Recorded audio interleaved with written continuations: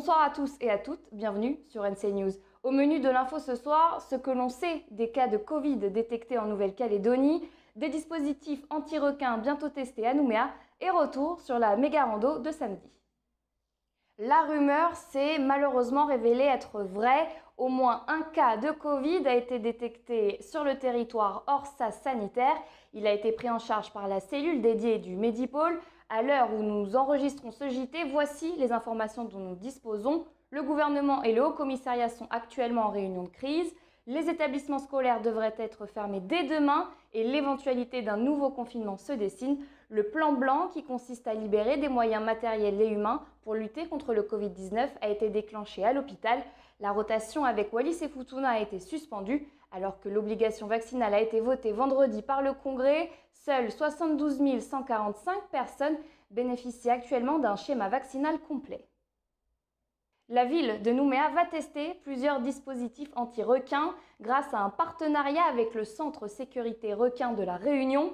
Zoom sur les innovations prévues pour 2022 à la baie des Citrons avec Philippe Jusiac, secrétaire général adjoint à la mairie de Nouméa en charge du pôle aménagement. On a tout le volet prévention physique.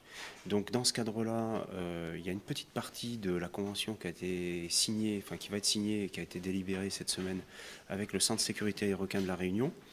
Donc qui a pour but, dans une partie, c'est de s'appuyer sur toute leur expérience, parce qu'ils sont extrêmement structurés, et profiter de leur réseau mondial sur la question des requins. Donc tout ce qui se fait actuellement du point de vue scientifique, du point de vue de la prévention pour limiter le risque, etc.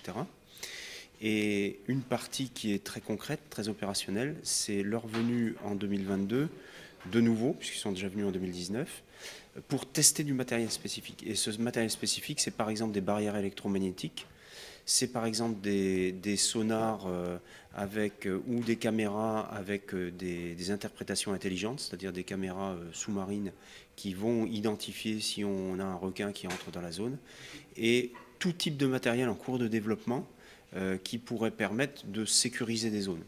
Par ailleurs, on est en train d'étudier des dispositifs de barrières anti-requins.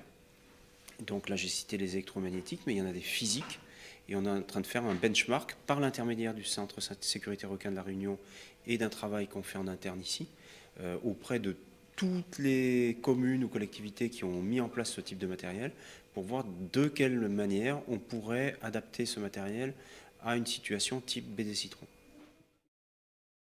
Principalement implanté aux îles Loyauté, le LKS fêtait ce week-end à Maré ses 40 ans d'existence. Le parti, rebaptisé depuis la Dynamique Autochtone, a célébré cet anniversaire en présence de nombreux autres responsables politiques.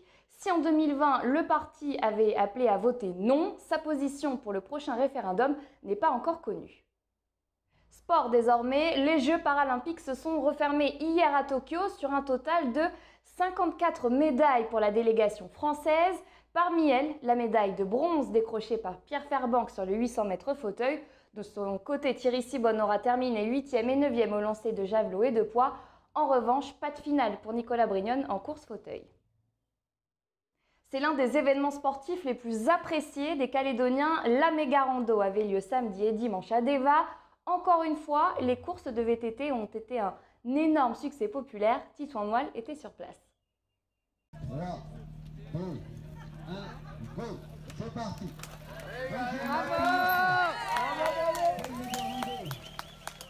Petits, grands, amateurs, compétiteurs, randonneurs, descendeurs, les amoureux du VTT en tout genre étaient réunis ce week-end sur le domaine de Deva à l'occasion de la 18e saison de la Shell Pacific Méga Rando.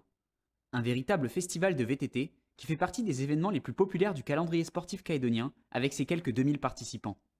Au programme, plusieurs parcours étaient proposés, de 10 à 64 km, ainsi que des spéciales d'enduro et des épreuves d'orientation. Des étapes allant de la simple randonnée à la grande course pour les cyclistes chevronnés. Un rendez-vous qui se fait depuis 2017 sur les pistes de Deva, alternant ainsi entre les passages en single track dans la forêt sèche et les chemins les longs des crêtes, qui se méritaient au terme de montées parfois abruptes, où certains n'ont pas hésité à poser le pied à terre. Au final, ce sont Franck Santos et Marion Laurent qui se sont imposés dans leur catégorie sur la Méga 35 et Brian Roy et Caroline Favier sur la course de 60 km, les deux épreuves phares qui se sont déroulées hier matin. Pour ceux qui ne voudraient pas manquer le rendez-vous l'année prochaine, la 19e Méga Rando se tiendra les 3 et 4 septembre, toujours à Deva.